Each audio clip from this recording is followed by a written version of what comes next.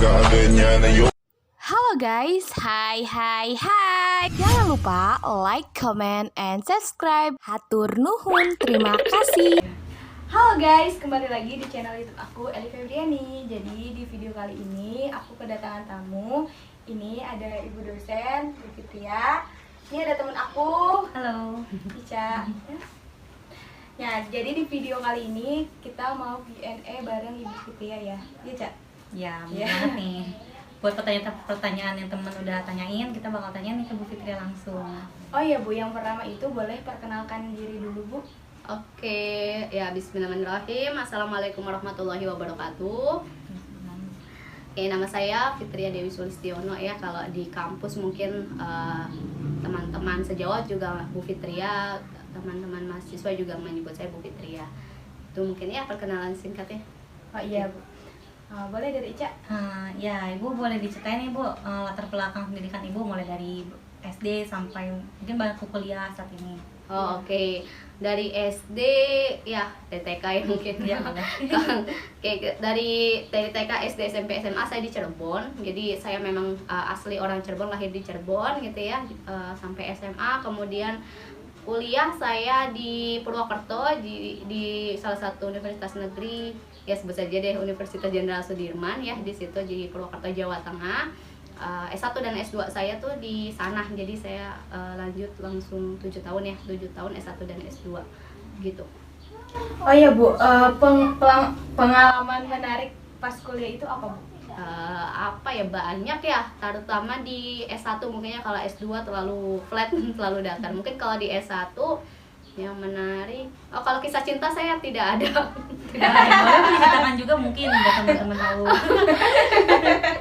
Oke, kalau kisah cinta mungkin ya itu nggak ada ya, saya bilang gitu. Kalau di kuliah gitu mungkin masa remaja mungkin ada. Pas kuliah kebetulan saya hijrah, jadi agak-agak tidak fokus ke percintaan gitu. Terus kalau di organisasi mungkin ya saya fokus ke organisasi di kuliah. Jadi memang saya lulus itu 5 tahun, dan 5 tahun itu mungkin banyaknya organisasi. Terus jadi asdos ya, mungkin kalau teman-teman Unpak itu nyebutnya asdos, saya juga gitu, asisten praktikum itu mungkin ya. Yang diri ya Bu ya, pas S1 menikmati sekali. Kayak kita ya Cak, kita juga ikut organisasi. Nah Ica juga ngasdos sama ya gitu. Jadi secara akademik ya memang diusahakan balance, tapi secara skill, keahlian juga kita asah gitu ya dengan organisasinya gitu. Nah, menyangkut hal itu nih Ibu, bagaimana sih Ibu bagi waktunya nih antara organisasi, kuliah, lalu dengan kesibukan-kesibukan Ibu yang lain? Kalau bagi waktu apa ya sebenarnya mungkin karena basically saya sendiri anak rantauan ya. Jadi kalau anak rantau itu kan kadang bingung kan, dan kita tahu pas kuliah kok kuliah cuma segitu aja, mungkin tambah praktikum gitu kan. Artinya dari 24 jam yang kita mungkin di kamar kosan ngapain gitu. Sebenarnya awalnya organisasi juga saya tuh awalnya dari ya di kosan, mungkin depan kosan langsung ada TV ya, biasanya kan TV, nonton TV. Terus saya berpikir, ini kok saya hidup kok cuma nonton TV, apa bedanya saya dengan di rumah waktu di Cirebon dulu gitu. Ya sebenarnya sih karena di Cirebon juga saya jarang nonton TV, jadi saya tidak maniak TV. Nah kemudian teman-teman kosan yang lain gitu kebetulan ya suka nonton sinetron dan nonton apa. Dan dari situ saya nggak terlalu suka nonton TV. Pada akhirnya ya ngapain lagi selain organisasi. Sebenarnya awalnya organisasi itu seperti itu. Kemudian ya kalau manajemen waktu ya dibagi-bagi aja sih, artinya ternyata bisa kok gitu kan dari 24 jam, apalagi kita nggak ada yang lain, artinya nggak ada ngebantu orang tua gitu kan. Mungkin kalau teman-teman yang di rumah kan masih ada bantu orang tua, nemenin adik dan sebagainya. Kalau saya kan memang anak rantauan, ya udah hidupnya dengan diri sendiri, ya udah gitu. Jadi bagi gitu sih awalnya. Oh iya. Berarti tetap balance gitu ya antara kuliah sama organisasi sama kesibukan Ibu yang lainnya gitu ya. Iya, kalau jalan-jalan kan kebetulan misalkan mungkin kalau tipe mahasiswa bisa dikategorikan ada yang pura-pura gitu ya, kuliah rapat, buku, kuliah pulang, kemudian kunang-kunang gitu ya, yang nongkrong gitu kan, nongkrong sana nongkrong sini. Nah, kalau mungkin kupu-kupu kuliah pulang ya tadi saya pulang ke rumah kok cuma nonton TV, itu yang saya nggak terlalu menyukainya, karena memang dari rumah pun dari Cirebon saya tidak terlalu, maksudnya ayah saya tuh sangat maksudnya diatur lah untuk nonton TV. Jadi saya ya itulah tidak memilih itu pertama. Kemudian yang ketiga mungkin kan kunang-kunang gitu ya, nongkrong ke sana nongkrong ke sini. Ya mungkin karena uang jajan saya nggak masuk gitu ya. Artinya ya nongkrong sekali 2 kali boleh, tapi kalau setiap hari ya itu saya bukan tipe ekonomi yang kelas ke atas gitu kan rata. Jadi ya udah jalan satu-satunya mungkin jadinya kura-kura ini ya, rapat satu supaya menghabiskan waktu di kosan itu, yaitu maksudnya sebagai anak rantau itu sih. Iya sih Bu, nanti juga apa sih kalau misalkan ada kayak rapat terus ada kegiatan kemana, jadi kan sambil jalan-jalan juga ya. Nah itu ya, nilai plusnya jadi kunang-kunang juga gitu ya. Misalkan ada kegiatan di villa atau apa gitu kan, kita sambil nginiin kegiatan sambil ini juga. Lalu juga jadi banyak temen juga ya Bu. Nah relasinya. Nah bedanya juga pas Eli kan punya temen nih yang kupu-kupu ya Bu, sama Eli anak yang kura-kura sama Ica. Nah di jalan pun yang lebih banyak disapa tuh kita daripada yang kupu-kupu ini, karena kan udah pada tahu juga ya teman-teman, banyak teman-teman dari nggak hanya FMIPA aja kan, apa sih dari yang jurusan yang lain juga pada kenal kita ya Cah ya. Ya itu positif ya, positif alhamdulillah gitu. Positifnya anak organisasi, terus ya memang mungkin asdos juga gitu ya, jadi balance gitu. Terus Ibu ini pengalaman yang bisa di-share saat jadi dosen nih, bukan Ibu dosen nih ya, pengalaman yang maksudnya dari apanya nih pengalaman nih? Dari segi finansial, dari segi waktu? Ya boleh dari yang pengalaman menarik aja mungkin ya, pengalaman yang menarik. Sebenarnya gini, jadi dosen, jadi pengalaman yang menarik itu, maksudnya nggak tahu ya dia menarik atau nggak, cuma dari saya pribadi, saya agak kaget pas saat beneran berkecimpung jadi dunia dosen gitu ya. Artinya gini, mungkin saya memilih dosen itu karena background orang tua saya itu, ibu saya itu kan guru gitu kan. Terus ayah saya tuh pernah bilang, kamu kalau perempuan mungkin jadi guru aja gitu ya. Karena ya, rata-rata perempuan gitu, dengan alasannya itu maksudnya guru itu masih di rumah, maksudnya masih bisa ngurus anak, ngurus suami. Intinya kayak gitu. Kalau kita pekerja di industri kan kadang waktunya sampai sore gitu kan gitu, panjang gitu, sedangkan guru tuh masih bisa diatur. Itu sih awalnya gitu. Nah kemudian ya saya juga berpikirnya dosen itu sama dengan guru gitu kan, artinya cuma ngajar selesai gitu. Ternyata pas saya sudah masuk ke dosen, oh kok ini berbeda, artinya berbeda. Bedanya gini, kalau di dosen itu kan memang ada penelitian dan pengabdian, jadi tidak hanya pengajaran gitu. Kalau di guru kan memang hanya mendidik dan pengajar gitu ya, tidak ada penelitian dan pengabdian. Nah kalau dosen di situ yang membedakan. Jadi sederhananya gini, kalau teman-teman penelitian tuh maksudnya gimana Bu? Penelitian maksudnya gini, sederhana si mahasiswa gitu kan untuk lulus itu kan bikin skripsi nih, skripsi itu kan penelitian dulu kan, artinya selama 4 tahun penelitiannya cuma sekali. Nah kalau dosen itu penelitiannya bisa dibilang setahun sekali minimal gitu kan, jadi gitu. Jadi kenapa kita maksudnya jadi bukan ya ahli ya, memang karena kita sudah melakukan itu terus menerus ya, jadi terbiasa. Jadi itu tuntutan secara profesinya gitu. Jadi minimal setahun sekali itu kita melakukan penelitian dan harus publikasi jurnal gitu. Terus di samping itu penelitiannya juga harus diabdikan ke masyarakat, artinya dari hasilnya kita tuh apa nih yang bisa di-share di masyarakat. Itu pengabdian, itu beda kategori tapi masih berhubungan. Itu sih bedanya. Jadi mencakup Tridharma perguruan tinggi. Nah itu yang disebutnya memang ya dosen Tridharma perguruan tinggi. Mungkin kalau di guru nggak ada istilah Tridharma, ada nggak ya? Kayaknya nggak. Tridharma itu memang dosen, jadi artinya 3 dharmanya itu pengajaran, penelitian dan pengabdian gitu. Oh iya. Ini pertanyaan selanjutnya dari Ica ya. Oh iya, sekarang kan udah masuk pandemi nih Bun. Selama pandemi ini kuliah kan sekarang jadi online. Nah itu kesulitan dan keuntungan ibu gitu. Kuliah online itu seperti apa sih? Oke. Kesulitan mungkin di awal-awal ya, artinya kita dengan pandemi kemudian pakai teknologi gitu ya, kita juga memang harus berproses, terus kita harus mengenal lebih dalam, karena memang ya apalagi yang bisa dilakukan selain dengan teknologi gitu kan. Jadi itu awal-awal sih sebenarnya, cuma pas setelah kita mau belajar dan ya itulah mengotak-atik, ternyata ya udah pada akhirnya bisa. Terus keuntungannya ya itu awal kesulitannya itu. Yang kedua mungkin karena online kita nggak bisa interaksi langsung dengan mahasiswa gitu ya, dan ya mungkin mahasiswanya juga. Nah kalau keuntungannya mungkin karena menggunakan teknologi, jadi kita bisa melakukan dimanapun, artinya tidak terbatas ruang dan waktu. Waduh gayanya ya, tidak terbatas ruang dan waktu.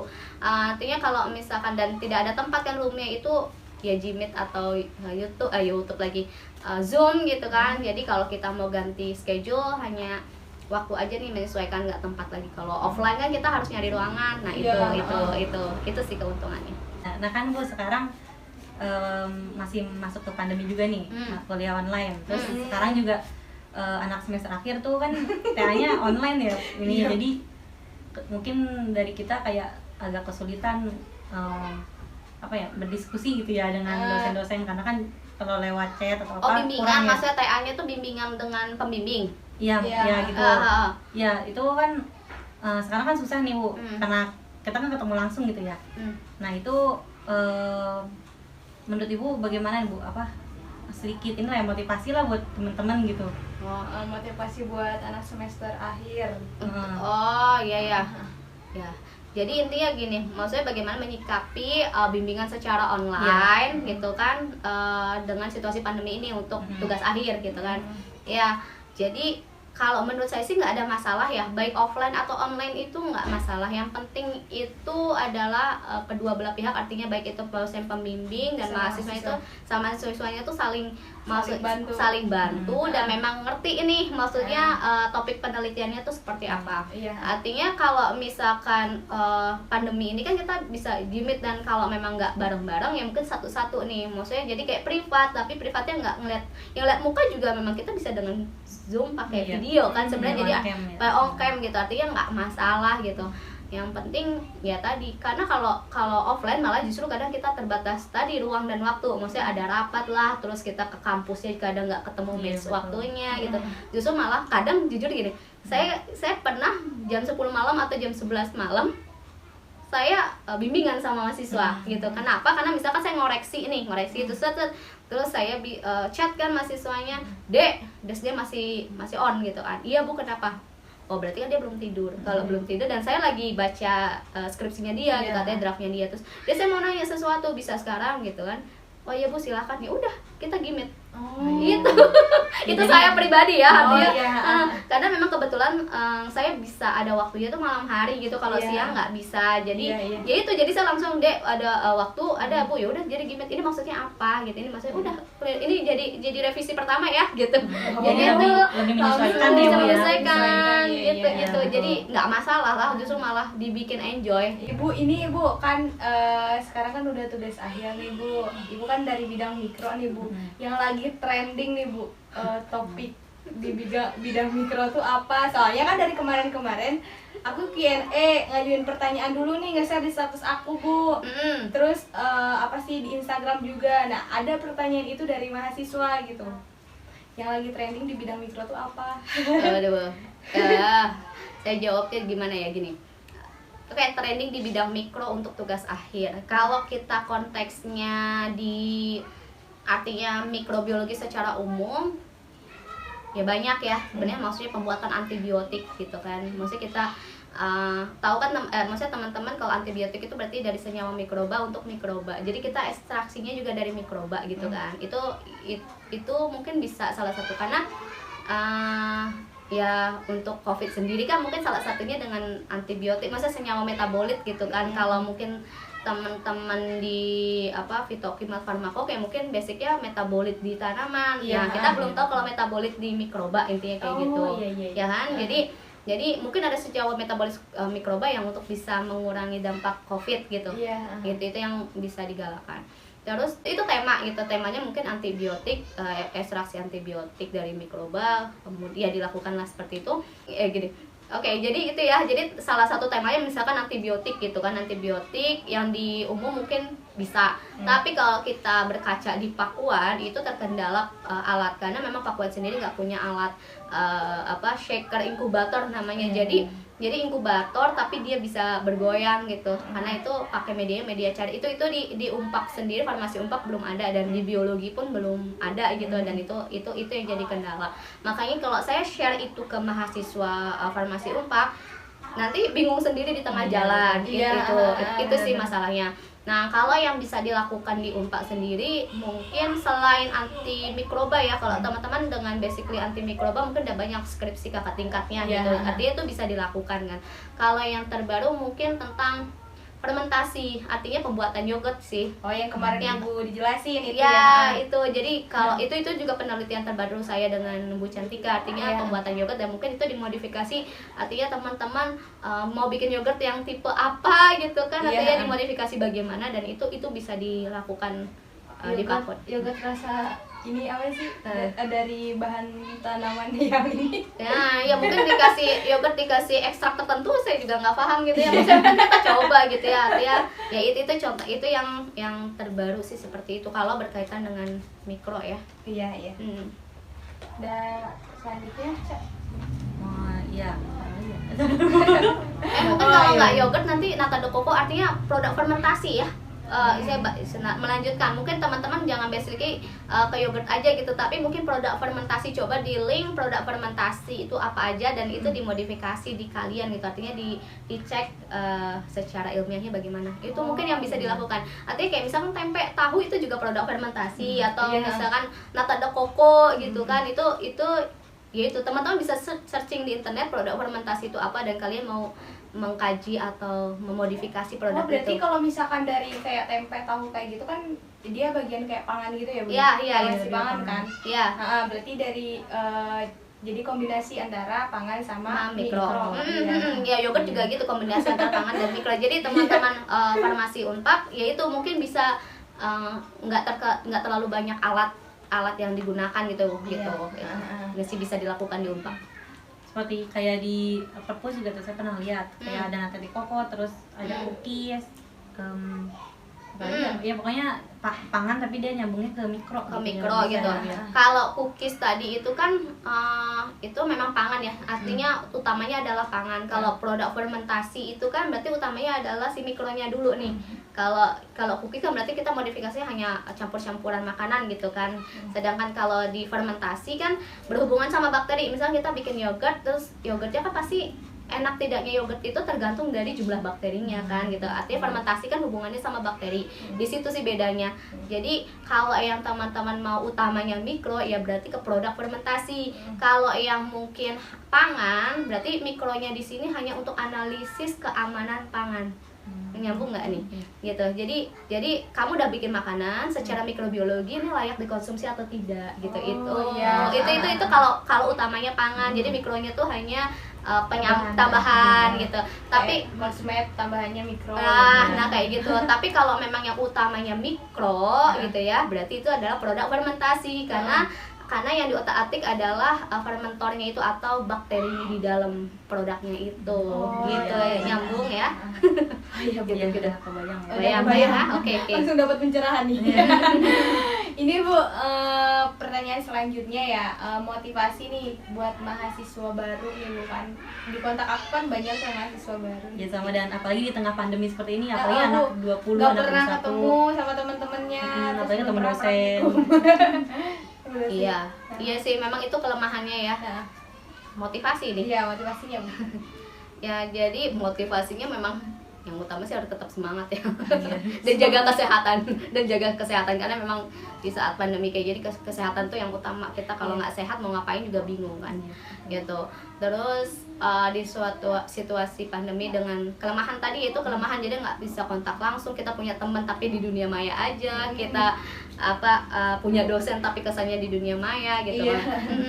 Ya nggak masalah sih, mungkin ya suatu saat akan ketemu. Tapi kalaupun di dunia maya bersikaplah dengan baik, artinya baik itu dengan interaksi dengan dosen, dengan teman-temannya, dengan kakak kelasnya dengan baik gitu. Artinya sopan santun tuh tetap harus dijaga. Kenapa? Karena ditakutkan suatu hari beneran ketemu langsung, terus kalau punya apa masa lalu di Problem atau problem apa, gitu iya. kan, gitu kan artinya itu akan berdampak lah, walaupun itu awalnya di dunia maya tapi pasti dunia nyatanya juga berdampak. Itu pertama.